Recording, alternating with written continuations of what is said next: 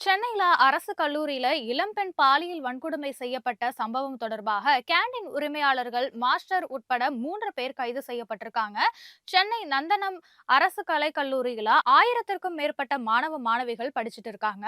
கல்லூரி வளாகத்துல முத்துசெல்வம் என்பவர் கேண்டீன் நடத்தி வராரு. இந்த கேண்டீன்ல 22 வயதுடைய இளம்பெண் ஒருவர் அண்மையில வேலைக்கு அமர்த்தப்பட்டாரு. அந்த பெண் அங்கேயே தங்கி இருந்தபடி பணிபுரிந்தும் இருக்காங்க. இந்த பெண்ணுடைய ஏழ்மை நிலைய தங்களுக்கு சாதகமாக பயன்படுத்திக் கொண்ட கேண்டீன் உரிமையாளர் முத்துச்செல்வம், கேண்டீன் மாஸ்டர் குணசேகரன், இவர்களது நண்பர் கார்த்திகேயன் ஆகியோர் மிரட்டியும், கட்டாயப்படுத்தியும் கல்லூரி வளாகத்துல உள்ள அறையில பாலியல் வன்கொடுமை செய்ததா சொல்லப்படுது.